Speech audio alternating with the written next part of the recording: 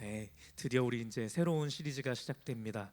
오늘부터 10계명 시리즈가 시작되는데 우리 또 다음 주에는 우리 교회 담임 목사님 목회 40주년 또 기념 감사 예배와 워크숍이 진행되고요. 네, 그리고 그 다음 주 말고 그 다음 주 지나면 우리 또 성탄절입니다. 네, 그리고 또 지나면은 송구영신 예배입니다. 그래서 이게 퐁당퐁당 될 것 같긴 한데 이 또한 하나님께서 또 인도하실 것이라 믿습니다. 오늘 우리 10계명 이제 첫 스타트를 끊고 들어가는 가운데 오늘 말씀을 붙들고 더 이렇게 소망함 가운데 말씀을 또 되뇌이면서 오늘의 말씀을 더욱더 깊게 묵상하라는 하나님의 음성으로 알고 그렇게 우리가 준비했으면 좋겠습니다. 그래서 오늘부터 하는 것 가운데 우리 이제 잘 했으면 좋겠는데 우리 지지난주에 우리 첫 시리즈 말씀을 이제 드렸었는데 기억하시는지 모르겠습니다. 저희가 주기도문과 사도신경 시리즈하고 이제 10계명을 하는데 이 10계명의 의미는 우리 성도로서 살아가는 자들이 행해야 할 바를 그렇죠? 나타내는 그런 내용이다를 말씀드렸고 그것의 핵심 메시지는 무엇이다라고 제가 먼저 말씀을 드렸었는데 뭐라고 말씀드렸죠? 네, 믿음이 아버지께서 믿음이라고 얘기하셨는데 믿음도 맞지만 10계명에 나와 있는 내용들은 우리 믿는 성도들이 행하는 내용이 무엇이라고요? 사랑입니다.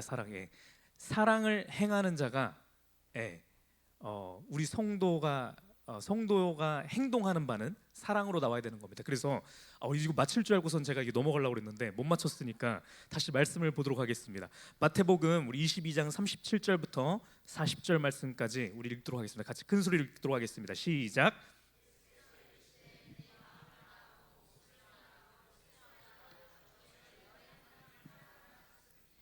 이것이 38절 시작. 이것이 크고 첫째 되는 계명이요. 39절. 둘째도 그와 같으니 내 이웃을 자신같이 사랑하라 하셨으니 40절. 이 두 계명이 온 율법과 선지자의 강령이니라. 이렇게 말씀하셨습니다. 자, 맨 마지막에 나오는 이 두 계명이 온 율법과 선지자의 강령이다. 온 율법. 성경에 나오는 율법 하나님의 법령이 여러 개가 있는데 그것에 가장 시작되는 시작점이 10계명인 겁니다. 그러니까 10계명으로 그냥 이해하시면 됩니다. 이 온 율법과 선지자의 강령은 10계명인데 이 10계명의 내용이 무엇이냐면 37절부터 말씀하시기를 주 너의 하나님을 사랑하라. 이것이 첫째 되는 계명이고 39절 말씀에 둘째도 그와 같다. 하나님을 사랑하는 것. 이것이 또 한 번 나오는 건데 그때 이번엔 내용이 바뀌는데 내 이웃을 내 자신같이 사랑하라. 사랑하는 것, 하나님을 사랑하고 이웃을 사랑하는 게 모든 율법의 모든 내용이라는 거예요. 10계명에 이런저런 저런 다양한 얘기를 하고 있는 것 같지만 사실 한 가지 얘기만 하고 있는 것이다. 그것은 무엇이냐면 사랑하는 것이다 라고 얘기를 하고 계십니다. 우리 로마서 13장 8절 말씀에 끝부분에 가면 이렇게 얘기합니다. 뒤에 쭉 가서 하는 얘기가 남을 사랑하는 자는 율법을 다 이루었다 이렇게 얘기를 합니다. 여러분 구약 시대 구약 성경에 나와 있는 율법의 내용들 보면 내용들이 엄청 많거든요. 예를 들어서 안식일 날 움직이면 안 되고 뭐 사 먹어도 안 되고 일을 행해서도 안 되고 뭐 누구한테 말을 좀 조심해서 해야 되고 뭐 등등등 굉장히 많지 않습니까? 하나님 앞에 예배 드릴 때 예물을 이렇게 구분해서 이렇게 드려야 돼. 너가 이러한 특정한 죄를 지었을 때는 이러한 제물을 가지고 오고 이러한 제사를 드릴 때는 이러한 제물을 갖고 오고 이게 엄청 많아요. 이런 것들이 다 율법인데 이 말씀에서 얘기를 하시기를 남을 사랑하는 자는 이 율법을 다 이루었다라고 얘기를 합니다. 사랑이 이 모든 율법의 핵심되는 본질적인 내용이라는 얘기를 하고 있는 겁니다. 로마서 13장 10절 말씀의 끝에 가도 이렇게 얘기를 합니다. 끝에 가서 얘기하는 게 그러므로 사랑은 율법의 완성이니라 이렇게 얘기를 하는 겁니다. 우리가 사랑을 할 수 있다라고 한다면 성경에 나와 있는 모든 율법들을 다 지키는 것이다 이 얘기를 하고 있는 겁니다. 우리 믿는 자들은 그래서 사랑을 행하는 자여야만 합니다. 사랑을 행하는 것이 우리의 모든 숨쉬는 것처럼 자연스러운 것이 우리 성도의 삶이어야만 합니다. 그것을 위해서 예수님께서 우리를 위해서 죽으셨고 부활하셨다라고 하는 겁니다. 너희들의 힘으로 모든 율법을 너네들이 다 지킬 수 없지만 내가 너희를 위하여서 대신 모든 율법을 완성했다. 완성하신 예수 그리스도를 믿고 영접한 자는 예수님처럼 우리가 모든 것을 행할 수 있게 되는데, 그 행하는 내용이 무엇이라고요? 사랑이라는 겁니다. 자, 그래서 우리가 이제부터 이 사랑에 대한 내용을 배우려고 합니다. 왜냐하면 이제 사랑한다고 하니까 사랑을 그럼 하면 되겠군요 라고 하는데, 문제는 무엇이냐면요, 우리가 이 사랑이 무엇인지 모른다라는 겁니다. 모르고 우리가 이 사랑이라고 떠올렸을 때 사랑이니까 해야겠다라고 떠오르는 게 사람마다 다 다르고요. 그리고 이 사랑이라고 하는 개념 자체가 굉장히 오염됐다라는 게 문제인 겁니다. 그래서 우리는 말씀을 통하여서 하나님께서 말씀하시는 사랑이라고 하는 것이 무엇인지를 배워야 되는 거예요. 배울 수 있도록 기초적으로 하나님께서 우리에게 주신 이 시작점이 무엇이냐면 이 십계명입니다. 십계명을 통해서 사랑하는 방법을 우리가 배우는 겁니다. 이것을 배워야만 우리는 사랑을 제대로 실천하는 자가 되는 겁니다. 지난주에도 한번 말씀드렸다시피 사랑에 대한 개념이 우리가 잘못되니까 이게 이렇게 되는 겁니다. 제가 정우를 향하여서 사랑하기 때문에 제가 제일 좋아하는 보쌈을 막 사줬어요. 내가 너무 사랑하니까 제가 제일 좋아하는 걸 막 사줬단 말입니다. 정우는 원래 스타일상 이렇게 남한테 피해되는 말을 잘 못하거든요. 예를 들어서 정우가 보쌈에 알러지가 있는 겁니다. 그럼 제가 보쌈을 계속 막 먹이고 이러면은 이것은 사랑이 아니라 이 친구한테는 이것이 고통으로 오는 것이거든요. 그렇잖아요. 이것이 폭력으로 다가오는 것이거든요. 우리가 사랑에 대한 개념이 잘못 있기 때문에 이러한 일들이 비일비재하게 우리 삶 가운데 나타납니다. 우리가 부부를 향하여서 내가 이 사람을 사랑하기 때문에 내 딴에는 이렇게 했다고 하는데, 이 사람은 이것을 사랑으로 여기지 못하는 거예요. 이것을 오히려 굉장히 불편해하고 이것을 공격적으로 느껴서 뭐 자꾸 저런 걸 해라고 얘기하는데, 이 사람은 사랑해서 하는 거거든요. 이런 식으로 사랑에 대한 정의가 서로 다르기 때문에 문제들이 생겨납니다. 부모와 자녀의 관계에서도 사랑의 표현법이 잘못되고 세대 간에 사랑의 표현법이 또 다르지 않습니까? 그래서 부모님들은 사랑하기 때문에 자녀를 향하여서 막 이렇게 저렇게 하기도 하는데, 자녀가 봤을 때는 이것이 사랑으로 못 느껴질 때도 있는 거예요. 그래서 이런저런 불협화음이 많이 생기기도 하는데, 이런 것들을 우리가 고칠 수 있는 우리가 이런 것들을 해결해 나갈 수 있는 가장 좋은 방법은 무엇이냐면 말씀을 통하여서 사랑이라고 하는 정의에 우리가 컨센서스를 이루는 겁니다. 우리가 일치를 이루는 거예요. 이게 사랑인 것이구나. 우리 마태복음 22장 37절부터 40절 말씀까지 봤는데, 이 말씀도 그 얘기를 하는 겁니다. 우리 39절 말씀에 뭐라고 얘기하냐면 둘째도 그와 같으니 내 이웃을 내 자신같이 사랑하라, 이렇게 얘기를 한단 말이죠. 첫째 계명이 무엇이냐면 하나님을 사랑하는 것이 첫째 계명이다 얘기했단 말이죠. 그리고 나서 두 번째 계명이 무엇이냐면 둘째 계명도 첫째 계명과 같다, 이렇게 얘기를 합니다. 무슨 얘기냐면 남을 우리가 사랑할 때 있어서 남을 사랑하는 것은 하나님을 사랑하는 것과 같다라는 내용입니다. 그러니까 우리가 이걸 우선순위를 다시 정립해 나가야 된다는 겁니다. 우리가 하나님을 사랑한다는 것이 무엇인지를 제대로 알고, 하나님을 사랑한다라고 했을 때 어떤 일을 행해야 되는지 우리가 말씀을 통해서 배우는 겁니다. 그것을 우리가 배워서 하나님을 진정 사랑하는 것들을 하나님이 가르쳐 주신 방법대로 행동하고 하나님이 말씀하신 것대로 우리가 따라 실천하게 되면, 그것을 배워서 그거의 연장선에서 동일하게 다른 사람을 향하여서도 이 사랑을 실천하는 겁니다. 그렇게 할 때 이것이 온전한 사랑이 된다는 얘기인 겁니다. 자, 그래서 우리가 사람 간의 관계 가운데서 사랑을 우리가 실천해야 되는데, 이것을 잘하기 위해서는 하나님을 사랑하는 방법을 먼저 알아야 된다는 겁니다. 그래서 우리가 이게 총 10가지가 있는 겁니다. 10가지 중에서 앞에 4가지는 하나님을 향한 사랑이고 뒤에 6가지는 사람 사이에서 사랑하는 방법인 것인데, 이게 결국에는 같은 내용인 것을 우리가 알게 될 것입니다. 그것을 잘 배워서 우리가 진짜로 사랑을 실천하는 자들로 그렇게 다시 지어지는 시간이 되어졌으면 좋겠습니다. 자, 그래서 오늘 우리가 나눌 말씀은 우리 첫째 계명입니다. 출애굽기 20장 3절 말씀, 우리 10계명의 제1계명입니다. 같이 큰 소리로 읽도록 하겠습니다. 시작. 네, 이 말씀이 하나님을 사랑하는 첫째 방법입니다. 그리고 남을 사랑하는 방법에도 가장 기본이 되는 그런 뼈대가 되는 내용입니다. 여러분, 말씀드렸다시피 이 말씀이 실제로 선포되어지는 그 시간 가운데 어떤 일들이 있었냐면, 우리 지난번에 배웠던 시간을 기억하시면 이스라엘 백성들이 이렇게 모여 있었거든요. 천지를 뒤흔들면서 천둥번개가 치면서 그 천둥번개 치는 그러한 것처럼 천지가 진동함 가운데 하나님께서 이 말씀을 주셨습니다. 여러분, 그래서 제가 경외함을 가지고 하나님의 말씀을 대했으면 좋겠습니다. 이 말씀을 드렸지 않습니까? 그렇죠? 그 마음가짐으로 오늘의 말씀을 대했으면 좋겠습니다. 우리가 그렇게 경외한 마음을 가지고 하나님의 말씀 가운데서 얘기해 주시는 것을 제가 듣고 하나님의 말씀으로 제가 완전히 알고선 저의 생각을 치고 저의 생각과 가치관을 쳐서 이 하나님의 말씀 앞에 나의 생각을 조정시키겠습니다라는 그 마음이 있을 때 이 말씀이 우리의 심령을 뒤흔들게 되는 겁니다. 우리의 심령을 뒤흔들어서 우리가 진짜로 하나님의 관점에 맞는 하나님을 사랑하는 자로 우리를 만들어 가실 줄 믿습니다. 여러분, 이 작업은 우리의 힘으로 될 수 없는 것입니다.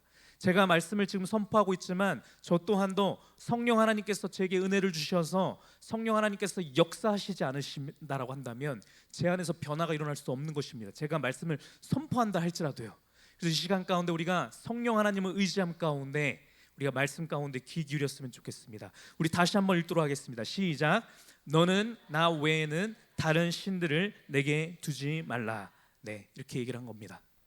자, 여러분, 하나님께서 말씀해 주시는 하나님을 사랑하는 방법이라고 하는 것, 그리고 모든 종류의 사랑들 중에 가장 기초가 되는 첫 번째 사랑하는 방법은 무엇이냐면 하나님 외에 다른 신을 두지 않는 거라고 얘기하시는 거거든요. 이 말씀을 우리가 묵상하고 묵상해서 내 안에는 정말로 하나님 외에 다른 신이 없는지를 여러분 이 시간 가운데 점검하시는 겁니다. 내가 모든 순간 가운데 내 안에 하나님 한 분만을 나의 신으로 삼고 있는 것이 진짜 맞는가? 신이라고 우리가 얘기를 하고 있는데 신이라고 얘기했을 때 이 신은 무엇을 얘기하는 것인가?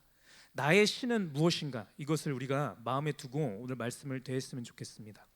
여러분, 우리 담임 목사님을 통하여서 우리가 한번 그 얘기를 들은 적이 있었는데 진리에 대해서 아마 목사님이 질문하셨던 것 같아요. 진리가 무엇이라고 생각합니까? 라고 질문하신 적이 있습니다. 철야 예배 때였나요? 철야 예배 때였던 것 같아요. 오예배였나요? 오예배 때.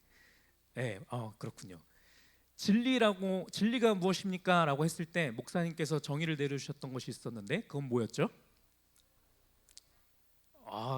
네, 다 맞는 말인데 목사님께서 이거 하나 나올 때까지 계속 삥삥삥 돌리셨는데 그 단어가 여전히 안 나오고 있습니다.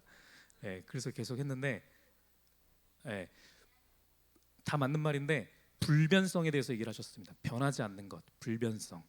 네, 그래서 시간에 따라서도 변하지 않고 공간에 대해서도 변하지 않고 또 막 한 번씩 다 얘기하라고 그래갖고 어떤 기준에 따라도 변하지 않는 것이 진리다라는 얘기를 하셨습니다. 여러분, 신이라고 하는 거에 정의는 이 불변성에 있습니다. 그리고 우리가 알다시피 변하지 않는 것은 하나님 한 분밖에 안 계시는 거거든요. 지난주에 말씀이기도 했지 않습니까? 그렇죠? 예, 신이라고 하는 것은 절대적으로 변하지 않는 존재를 얘기를 합니다. 내가 무엇을 신으로 삼는다라고 하는 의미는 무슨 의미냐면 내가 절대적으로 모든 상황 가운데서도 변하지 않고 이 대상을 신뢰하고 내가 이 대상을 사랑하고 이 대상을 향하여서 헌신하고 충성을 하겠습니다라고 하는 존재가 신의 정의인 것입니다. 예, 그것이 신인 거거든요. 예, 여러분 한번 생각을 해보십시오. 그러면 내가 어떤 상황 가운데서 내가 내 삶 가운데 기쁠 때도 있고 슬플 때도 있고 내가 또 화날 때도 있고 우울할 때도 있고 뭐 그냥 그런 상황들도 있고 많은 상황들이 있는데 그 모든 상황 가운데서 내가 절대적으로 변하지 않고 의지하는 대상이 하나님에 맞는가를 생각을 하면 되는 겁니다. 여러분, 하나님 외에 다른 신을 내게 두지 말라라고 하는 얘기는 무슨 얘기냐면 모든 상황들 가운데서 하나님보다 더 우위에 있는 신이 있으면 안 된다라는 얘기를 하는 것이고요. 그렇죠? 그리고 또 무슨 얘기냐면 하나님을 내가 우선적으로 좀 삼고 있는 하나님이 나의 신입니다라고 내가 고백을 하고 있는데 어떤 상황 가운데서는 하나님하고 동등한 위치에 있는 그러한 내가 절대적으로 신뢰하고 사랑하는 대상이 있다라고 한다면 하나님을 신으로 삼긴 삼았지만 하나님 외에 다른 신을 내게 두는 것이 되겠죠. 네. 그러니까 어떤 상황 가운데서 하나님하고 동등한 수준의 신을 내가 삼고 있다고 한다면 나는 하나님을 온전히 사랑하는 것이 아니라는 얘기인 겁니다. 그렇죠? 내가 하나님을 온전히 사랑한다라는 것은 하나님 외에 다른 신을 그 어떤 순간 가운데서 두지 않는 것인데, 그렇죠?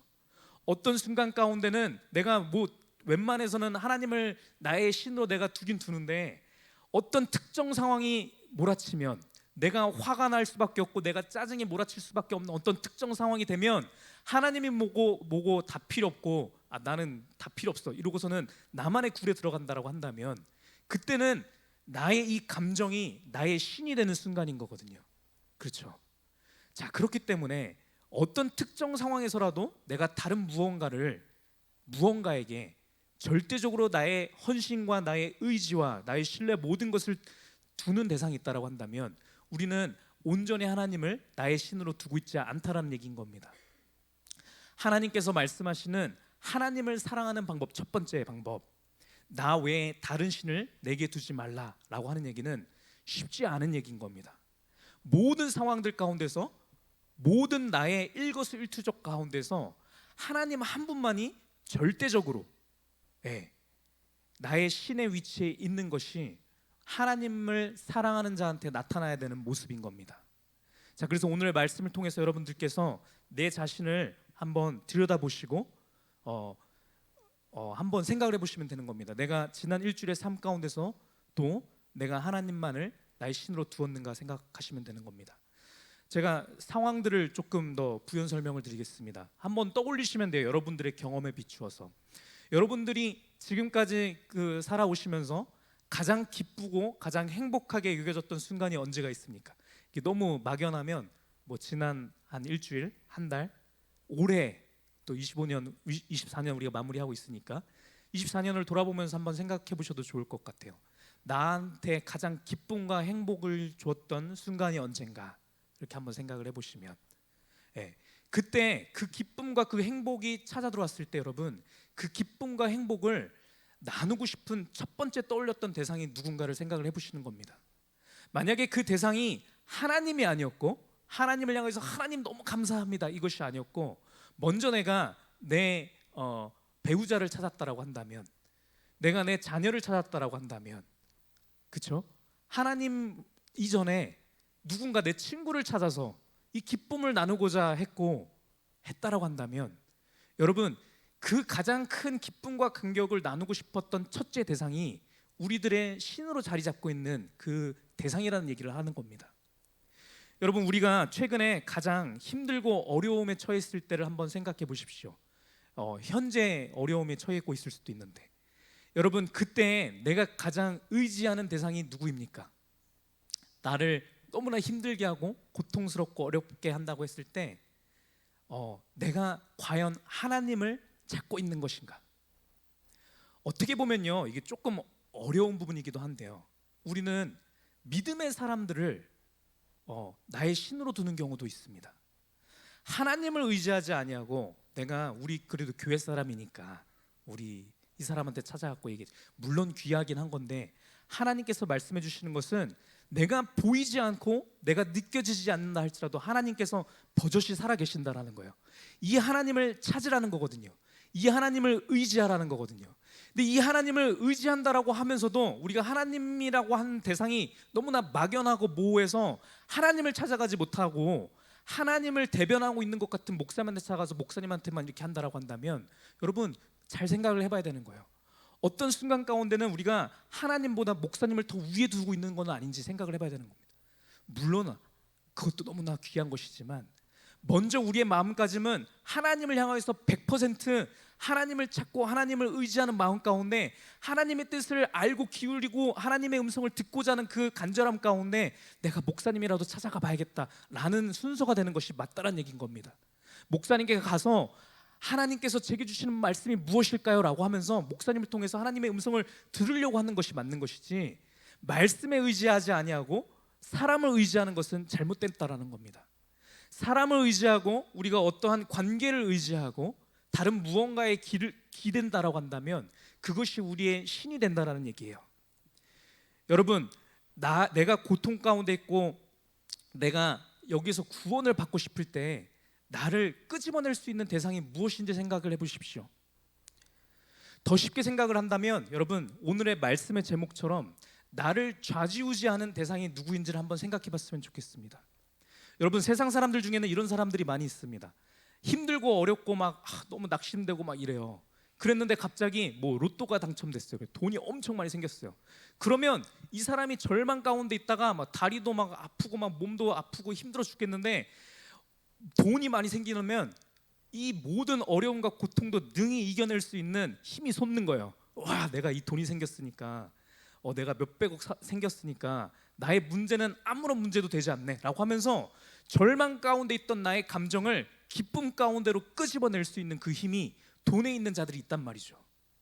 그렇죠?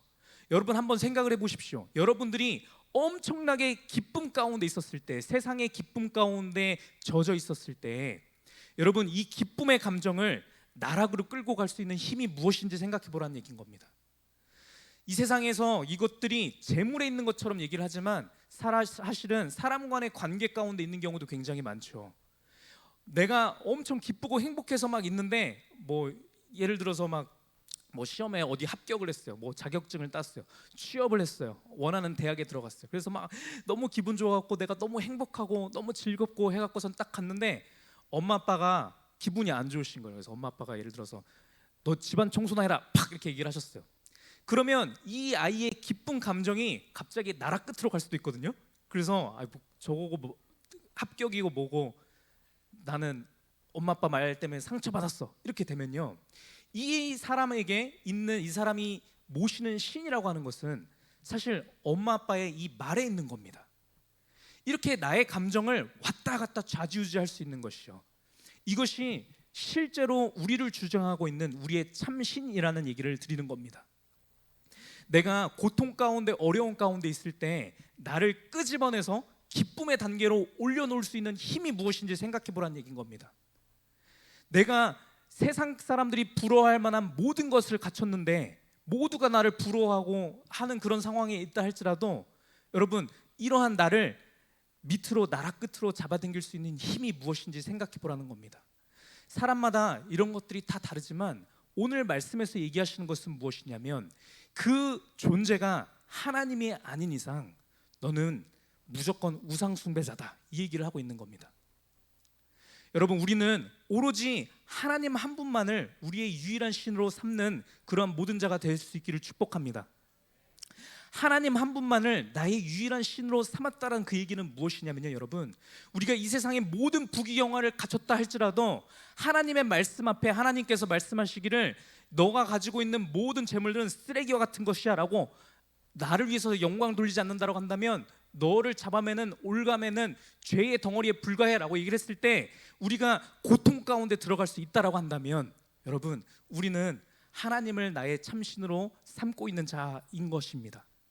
여러분, 반대로 모든 사람들이 나를 가장 비참하게 생각하고 나를 향하여서 너무 안 됐다라고 막 하는 그런 상황 가운데 내가 빠졌다 할 때 여러분, 하나님의 말씀 가운데 내가 의지하여서 하나님께서 내가 너를 사랑하여서 내가 너를 보배롭게 했다라고 했을 때 나의 감정이 되살아나고 나의 영이 살아나서 하나님 앞에 감사하다라고 고백하면서, 우리 계속 요즘에 말씀 듣는 것처럼요, 그렇게 나의 감정을 다시 돌이키면서 하나님 앞에 나아갈 수 있다라고 한다면요, 여러분, 나의 감정을 천국과 지옥으로 왔다 갔다 할 수 있는 그 존재가 하나님의 말씀이라고 한다면 그 사람이 하나님을 참된 신으로 삼고 있는 그런 자의 모습이라는 얘기인 겁니다. 여러분, 우리가 모두 그러한 자가 되었으면 좋겠습니다. 우리 가운데 얼마나 힘들고 어려운 상황이 처한다 할지라도 말씀을 통하여서 우리가 나의 감정을 천국에 있는 것처럼 여러분 그렇게 만들 수 있는 그런 믿음이 우리 가운데 있었으면 좋겠습니다. 반대로 우리가 이 세상을 살아가면서 너무 행복하고 즐거운 순간 가운데 있다 할지라도 말씀 앞에 재단해 봤을 때 내가 온전히 있다라는 말씀의 그 확신이 들지 않을 때 나의 영혼이 여러분 고통스러워하고 곤비하여지고 비참하여져서 하나님을 향해서 부르짖을 수 있는, 여러분 나를 좌지할 수 있는, 좌지우지할 수 있는 유일한 힘이 말씀 앞에 있는 그런 자들이 우리의 모습이 되었으면 좋겠습니다. 여러분, 이것은 우리가 애쓰고 노력하고 훈련받아야 하는 영역인 것입니다.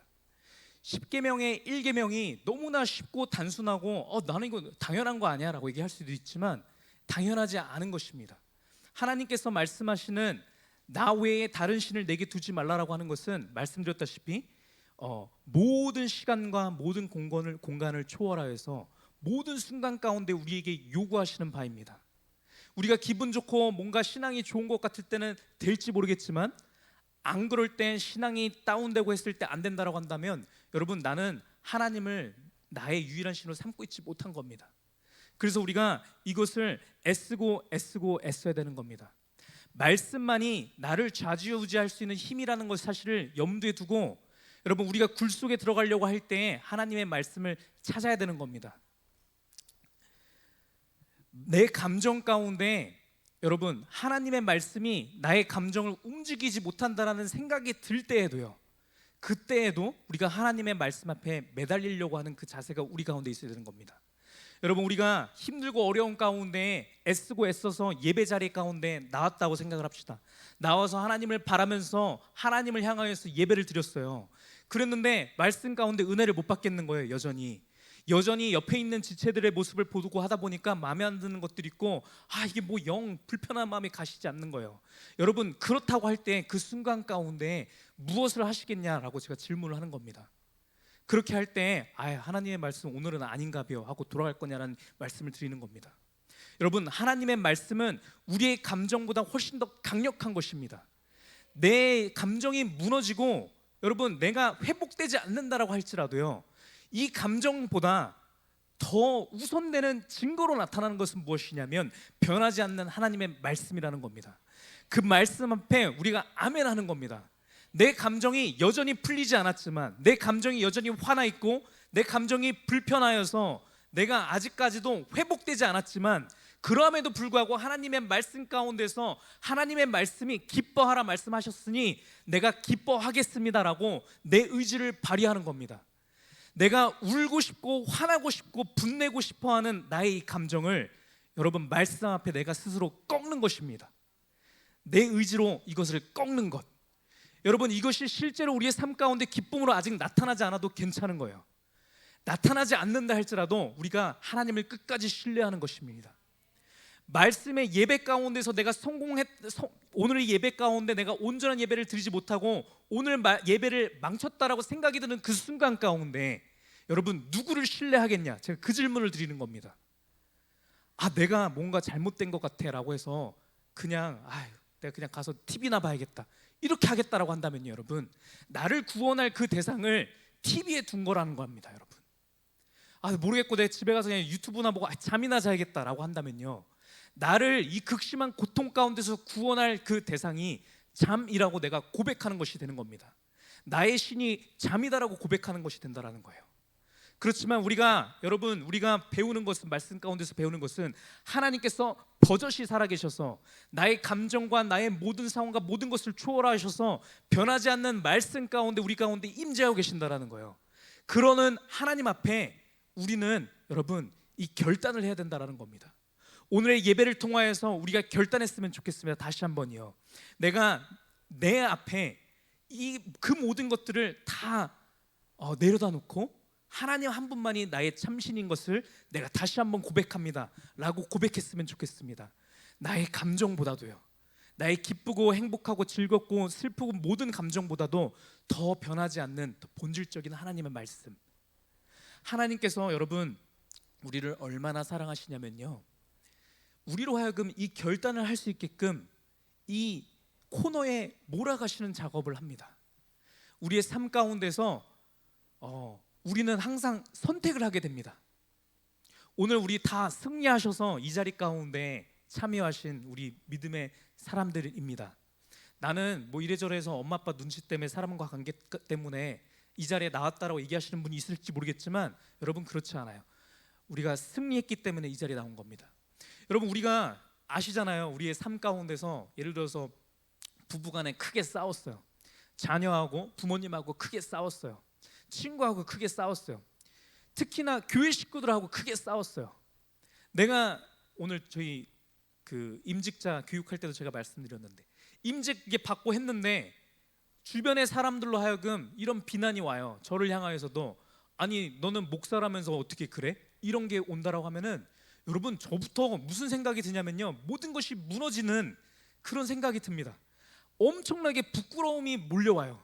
그래서 이 자리 가운데서 말씀을 선포하고 싶은 생각이 안 듭니다. 여러분, 내가 뭐라고 앞에서 말씀을 선포하나, 나처럼 연약한 자가, 나처럼 죄인이 어떻게 주의 말씀을 선포하나, 나의 자신도 구원하기 쉽지 않은 내가, 여러분 이런 생각들이 엄습해 온다니까요. 그래서 목사님, 담임 목사님 찾아가서 제가 설교 못하겠습니다라고 얘기해야겠네 라는 마음이 온다라는 거예요. 여러분, 저한테 이런 마음이 엄습해 오는 것처럼 우리 모두에게도 그러한 순간들이 엄습해 옵니다.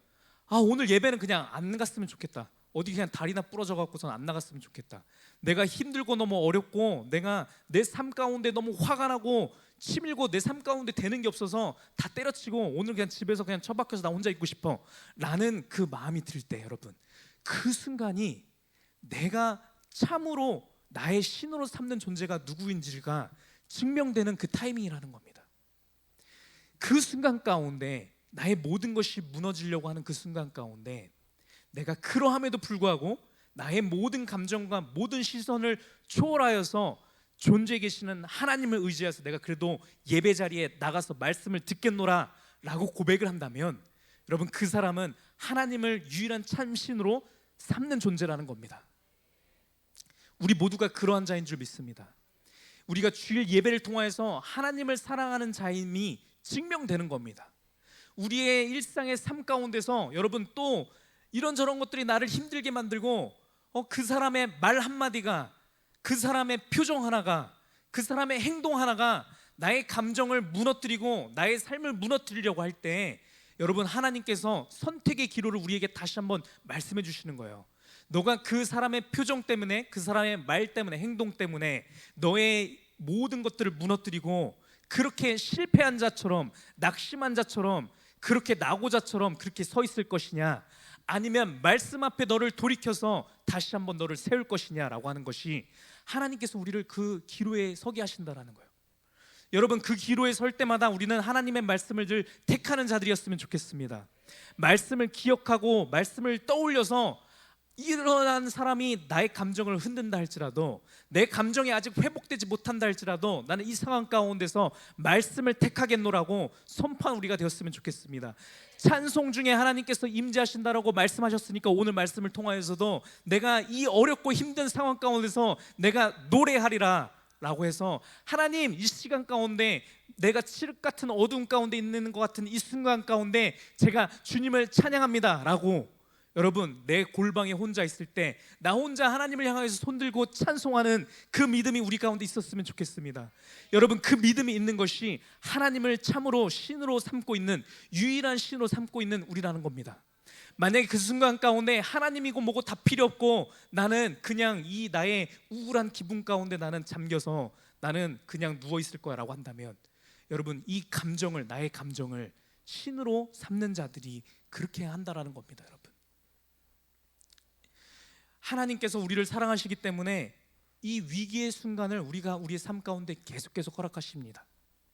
그런데 우리 하나님은 사랑이셔서 너무나 좋으신 분이셔서 이 위기의 순간을 우리한테 들이미셔서 우리로 하여금 억지로 말씀을 택하게끔 하시지만요, 하나님께서 우리에게 약속하시는 것은 무엇이냐면, 우리가 잠시 넘어질지라도 완전히 엎어지게끔 하게 하시지 않는다라는 겁니다.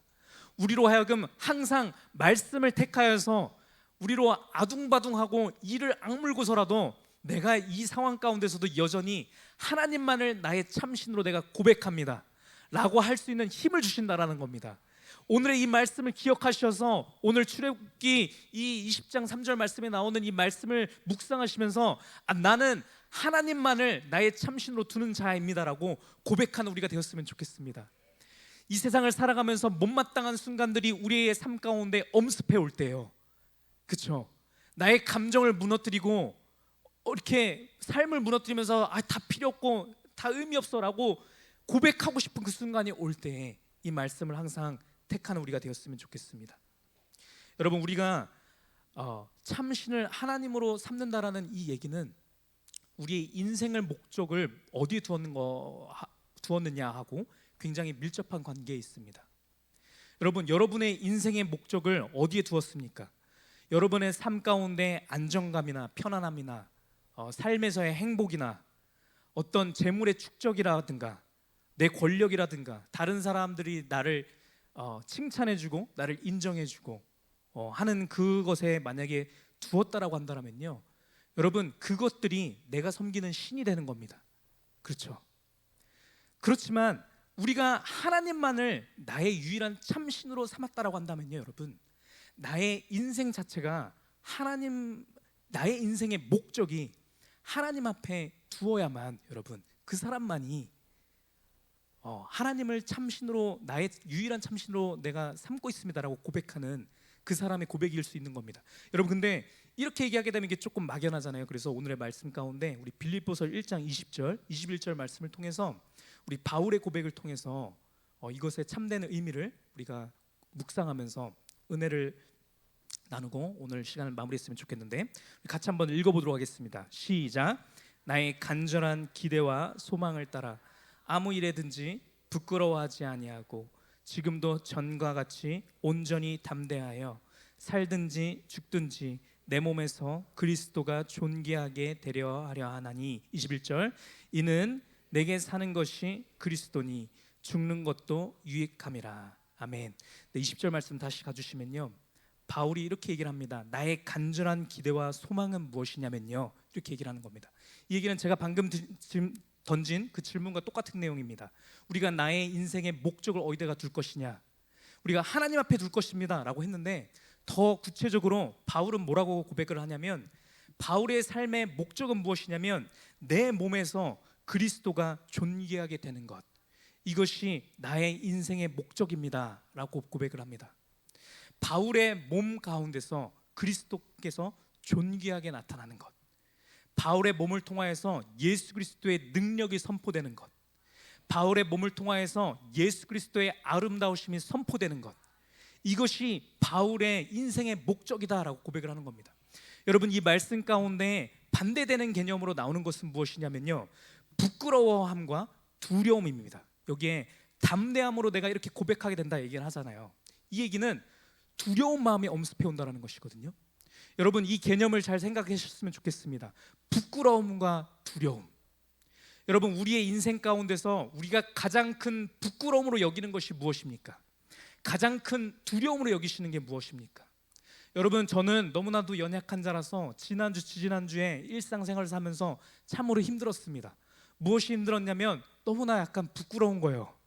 제가 살아가는데, 저는 처음에 제가 목사로서 하나님의 말씀을 대언하는 자로서 제가 생각하는 수준 가운데 도달하지 못하는 것이 제가 느끼는 부끄러움과 수치라고 생각을 했기 때문에 이게 온전한 줄 알았거든요. 이게 맞는 건 줄 알았어요. 근데 하나님께서 저로 하여금 깨닫게 하시는 것은 무엇이냐면, 그게 아니었더라고요. 제 마음 가운데 깊은 곳에 사로잡혔던 것은 무엇이냐면, 결론적으로 다른 사람이 나를 보는 그 시선이었던 거예요. 저 사람이 나를 목사로 안 여기면 어떡하지?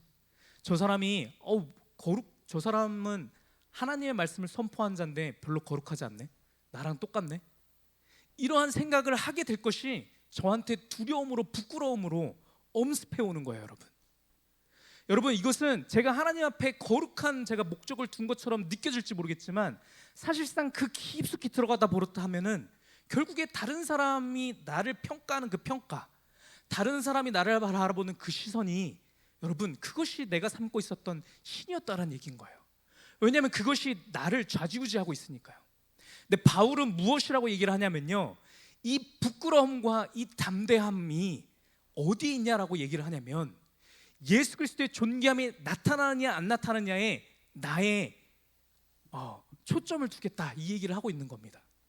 여러분, 이 말씀을 통해서 제가 다시 한번 회복합니다. 제가 말씀드렸다시피 이런 생각을 해봅니다. 제가 살아가면서 저의 연약한 모습이 드러날 때예요. 뭐 예를 들어서 제가 이렇게 확 뭐라고 하면서 준비가 이렇게 안 돼서 예배 때 이렇게 못했습니까? 라고 착탁했을 때 어떤 우리 정우나 뭐 이런 친구들이 뭐 목사님은 이렇게 다듬어지지 않아 갖고 이렇게 화를 내고 해, 이렇게 생각할 수 있잖아요. 그렇잖아요. 사랑으로 이렇게 품어줘야지라고 할 때, 여러분 정우가 저를 향해서 그런 생각을 가지고 있다라고 제가 그것을 알게 되면요, 저로 하여금 이것이 엄청 부끄러움으로 오거든요. 저한테 두려움으로 온단 말이죠. 그러면 저한테 첫 번째 드는 생각은 무엇이냐면, 나 이거 목사하지 말아야겠다, 이런 생각이 든다라는 겁니다. 여러분 우리 모두도 마찬가지라는 거예요. 우리 모두가 그런 생각을 엄습해 온다라는 거예요.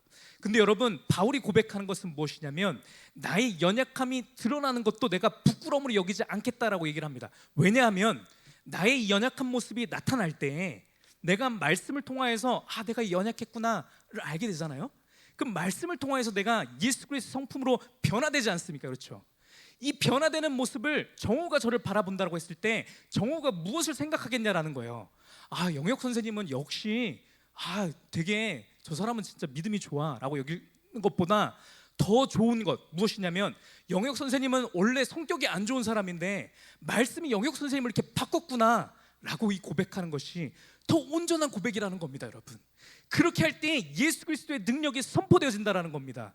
나의 이 부족하고 이 부끄럼만은, 나의 연약한 이 육체가 말씀을 통해서 변화되는 것을 다른 사람들이 보게 될 때 예수 그리스도의 존귀하심이 나타난다는 거예요. 그래서 바울이 얘기하는 것은 무엇이냐면, 내가 죽는 것도 유익하다 얘기하는 겁니다. 내가 죽음을 마주하는 그 순간 가운데 다른 사람들은 죽기 싫어서 난리를 치고 저 안 죽을래요, 죽기 싫어요 라고 할 때, 바울은 그렇게 죽음을 피하는 것이 아니라 천국을 바라보면서 천성을 향하여서 그 소망의 고백을 한다라는 거죠. 해서 하나님 제가 주님께로 갑니다 라고 할 때 주변 사람들이 보게 되는 것은, 바울의 이 죽음의 모습을 통해서 발견되는 것은 죽음의 두려움이 아니라 천국의 소망을 발견하게 된다는 겁니다. 그렇기 때문에 바울이 고백하는 것은 죽음도 나에게 있어서 유익합니다 라고 고백을 하는 겁니다. 여러분, 여러분들이 가장 부끄러워하는 것이 무엇입니까? 여러분들이 인생 살면서 가장 마주치기 싫은 가장 큰 두려움이 무엇입니까? 굉장히 여러 가지일 수 있습니다. 어떤 사람과의 관계일 수도 있고요, 그 사람이 나를 향하여서 혀를 차는 그 모습이, 나를 못마땅하게 여기는 그것이 내가 가장 두려워하는 모습일지도 모릅니다. 어떤 사람에게는 이 재정적으로 넉넉하지 못한 것이 이 사람이 가장 두려워하는 것일 수 있어요. 어떤 사람에게는 부모와의 관계, 자녀와의 관계가 가장 이 사람이 두려워하는 것일 수 있습니다. 친구와의 관계, 이성 간의 관계 가운데서의 어떠함이 이 사람이 가장 피하고 싶은 두려움일 수 있어요. 여러분, 근데 이 말씀에 근거해서 말씀해 주시는 것은 무엇이냐면, 여러분 이 질문입니다. 만약에 예수 그리스도의 존귀함이 나타날 수 있다고 한다면요, 내가 이 두려움을 맞이해서 나의 이 부끄러움을 내가 경험함을 통하여서 예수 그리스도의 존귀함이 나타날 수 있다고 한다면, 너가 능히 그 두려움을 받아들일 수 있겠냐, 이 질문을 하는 겁니다. 내가 가장 겪기 싫은 최악의 그 상황, 그것을 마주할 수 있겠느냐 질문하는 겁니다. 만약에 여러분, 저는 못할 것 같은데요, 제가 하나님을 믿긴 믿지만 하나님은 모든 거 다 하실 수 있는 분이잖아요, 그것만 빼고 제가 다른 거 할게요 라고 얘기를 한다고 한다면, 여러분 그것이 내가 섬기는 신이라는 얘기를 하는 겁니다. 여러분, 내가 하나님 한 분만을 나의 유일한 신으로 삼겠습니다 라고 하는 고백은요, 여러분 절대적인 겁니다. 모든 순간 가운데서 절대적으로 차원이 다르게 하나님 한 분만을 신경 쓰는 것을 얘기를 하는 겁니다. 그렇다고 한다면 내가 가장 싫어하고 내가 가장 최악이라고 생각하는 그 상황조차도 제가 예수 그리스도의 존귀함이 나타난다라고 한다면 제가 그것을 제가 감내하겠습니다, 제가 그것을 경험하겠습니다 라고 고백할 수 있는 것이, 여러분 그 사람이 예수 그리스도를 유일한 참신으로 삼는 자라는 얘기인 겁니다. 여러분, 이 시간 가운데 우리가 이 고백을 했으면 좋겠습니다. 우리 하나님은 사랑이셔서요, 우리가 이 고백을 할 수 있잖아요. 그러면 하나님께서 뭐라고 말씀해 주시냐면, 너가 이제야 비로소 나를 유일한 너의 신으로 삼는 것을 내가 인정했다라고 하나님께서 얘기해 주시는 거예요. 그래서 내가 두려움으로 삼았고 내가 부끄러움으로 삼았던 그것이 더 이상 내게 두려움으로 부끄러움으로 엄습해오지 않는 것이에요. 여러분 어떠한 상황도 나를 두려움으로 부끄러움으로 몰아칠 수 없는 것, 여러분 이것이 참 자유입니다. 그래서 예수님께서 우리에게 참 자유를 주셨다라는 거예요. 우리가 예수 그리스도 한 분만을 나의 신으로, 유일한 참신으로 삼을 때 그 무엇도 우리를 주장할 수 없습니다. 그 어떤 것도 우리 사람과의 관계 가운데서, 여러분 우리의 대학 입시 가운데서, 나의 건강의 모든 문제 가운데서, 나의 취업의 이슈 가운데서, 여러분 내 결혼의 모든 문제를 가운데서, 사람 가운데 얽히고 설킨 모든 문제들, 이런 것들이 나를 주장하지 못한다라는 겁니다. 그것이 나를 기분의 감정을 극에서 극으로 왔다 갔다 하는 것이 아니라 여러분 예수 그리스도의 말씀만이 나를 좌지우지한다라는 거예요. 여러분 그것이 신의 정의입니다. 여러분 이 시간 가운데 우리가 그렇게 고백을 했으면 좋겠습니다. 예수 그리스도만이 나의 참신입니다. 이렇게 고백을 했으면 좋겠습니다. 여러분 하나님을 떠난 자의 모든 삶은 하나님을 신으로 둘 수 없는 그 모습 가운데 빠질 수밖에 없습니다. 그래서 칼뱅은 뭐라고 얘기를 하냐면, 하나님을 떠난 자들은 우상을 만들어내는 우상 제조기계다, 이렇게 얘기를 표현을 합니다. 우상을 만들어내는 공장이라는 거예요. 여러분 하나님을 떠난 모든 사람들은 이렇게 자기 자신을 좌지우지할 수 있는 것을 하나님 외에 다른 곳에 둘 수밖에 없어요. 그렇죠? 하나님을 믿는다라고 얘기하는 우리조차도요, 하나님의 말씀 가운데 압도되어서 내가 가장 마주하기 싫은 그 최악의 상황을도 하나님 앞에 내가 받아들일 수 있습니다라고 고백하지 못한다고 하잖아요. 그렇다고 한다면 이 세상을 살아가는 가운데 나도 모르게 우상들이 내 마음 가운데 생겨납니다. 그래서 나의 삶을 좌지우지한다고요. 그것이 최우선순위가 된다고요, 내 삶 가운데. 여러분 그것이 우리가 잠시라도 하나님 곁을 떠나게 되면 우리 가운데 우상들이 그렇게 많이 만들어진다는 거예요. 그렇지만 하나님께서 우리에게 말씀하시는 것이 무엇이냐, 그렇게 너의 마음 가운데 우상이 하나라도 생기게 되면 너는 나 외에 다른 신을 내게 둔 것이야, 너는 나를 진정으로 사랑하는 자가 아니다, 이렇게 얘기를 하는 겁니다. 그래서 여러분 우리가 우리의 마음을 항상 점검해야 됩니다. 점검하여서 내 안에 우상을 단순간이라도 허용하지 않고, 조금의 틈도 허용하지 아니하고, 나의 모든 삶 가운데 유일한 나의 참신이 하나님 한 분인 것이 모든 순간 가운데 선포되어지는 그런 삶을 살아가야 되는 거예요. 여러분 이것이 너무나 쉽지 않게 느껴질 수 있겠지만, 여러분 우리가 말씀을 통하여서 확신을 얻었으면 좋겠습니다. 출애굽기 20장 우리 3절 말씀 보지 않았습니까? 너는 나 외에 다른 신을 내게 두지 말지니라. 이 2절 말씀에, 이 앞절에 뭐라고 말씀하셨는지 우리 같이 한번 읽도록 하겠습니다. 시작. 나는 너를 애굽 땅 종 되었던 집에서 인도하여 낸 내 하나님 여호와니라. 너는 나 외에 다른 신들을 내게 두지 말라. 여러분 2절 말씀에 집중해 보셨으면 좋겠어요. 3절 말씀을, 2절 말씀 들어주세요. 3절 말씀에 그러니까 너는 나 외에 다른 신들을 내게 두지 말라라고 얘기를 명령을 하셨잖아요. 근데 이 명령 전에 하셨던 말씀이 너무나 감격스러운 말입니다. 여러분 너무나 좋으신 하나님이에요. 하나님께서 이 명령을 주시기 전에 먼저 하셨던 말씀은 무엇이냐면, 나는 너를 애굽 땅에서 건져낸 너의 여호와 하나님이야. 그러니까 너는 나 외에 다른 신들 내게 두지 마, 얘기하시는 겁니다. 여러분 하나님께서 먼저 우리를 그렇게 건져내 주셨다라는 거예요. 우리가 하나님 한 분만을 유일한 나의 신으로 삼는 존재가 될 수 있게끔 하나님께서 먼저 구원해 주셨다라는 거예요. 여러분 우리를 이렇게 구원해 주셨던 하나님, 우리가 알다시피 이 4,000년 전에 애굽 사람들이, 그러니까 이스라엘 백성들이 애굽 땅에 있다가 이렇게 구원되었던 그 사실이라고 우리가 알고 있지 않습니까? 그렇죠? 이 똑같은 역사심이 우리의 삶 가운데 이루어진 것이거든요. 죄 가운데 있었던 우리를 건져내셔서 이 시간 가운데 예배드리는 자리로 이끄셨지 않습니까? 그렇죠? 여기 가운데 여러분 우리가 신뢰하라는 겁니다. 이 하나님을 의지하고 신뢰하라는 겁니다. 내가 너를 믿는 사람으로 내가 너를 끄집어냈지, 그러니까 너는 나 외에 다른 신들 내게 두지 마, 이 얘기를 하는 겁니다. 우리 디모데전서 1장 15절 말씀입니다. 이렇게 예수님께서 말씀하십니다. mit보다 모든 사람이 받을 만한 이 말이여, 그리스도 예수께서 죄인을 구원하시려고 세상에 임하셨다 하였도다. 죄인 중에 내가 괴순이라. 여러분 예수님께서 우리를 먼저 구원해 주셨다라는 거예요. 앞에서 말씀드렸던 출애굽 가운데서 이스라엘 백성들을 애굽에서 출애굽시켰던 그 하나님께서 예수님이시지 않습니까? 그렇죠? 그 예수님께서 출애굽하셨던 그 능력, 동일한 능력으로 우리의 삶 가운데 역사하셨다라는 거예요. 예수님께서 우리를 건져내셨다라는 겁니다. 그렇죠? 죄인 중에 괴수였던 우리 같은 자들, 예수님을 영접했다라고 우리가 고백을 했지만 그러함에도 불구하고 일상생활을 살아가면서 끊임없이 우리들만의 우상들을 만들어내고 또 만들어내고 내가 예수 그리스도 외에는 다른 것에 좌지우지 않겠다라고 고백했음에도 불구하고 우리가 계속 다른 것들 때문에 좌지우지되는 우리들이지만 이런 괴수 같은 우리 때문에 예수님께서 우리를 구원하셨다는 겁니다. 이 예수님을 의지할 때 우리는 이 계명의 말씀을 여러분 우리는 지킬 수 있다라는 겁니다. 이 말씀 가운데 우리가 묵상 가운데 있을 때 예수님께서 먼저 나를 구원하셨기 때문에 내가 조금의 틈도 허용하지 아니하고 나의 삶의 모든 순간 가운데 다른 무엇이 나를 좌지우지하는 것이 아니라 예수 그리스도의 말씀만이 나를 좌지우지하는 자입니다 라고 고백할 수 있는 그 담대함을 주셨다라는 겁니다.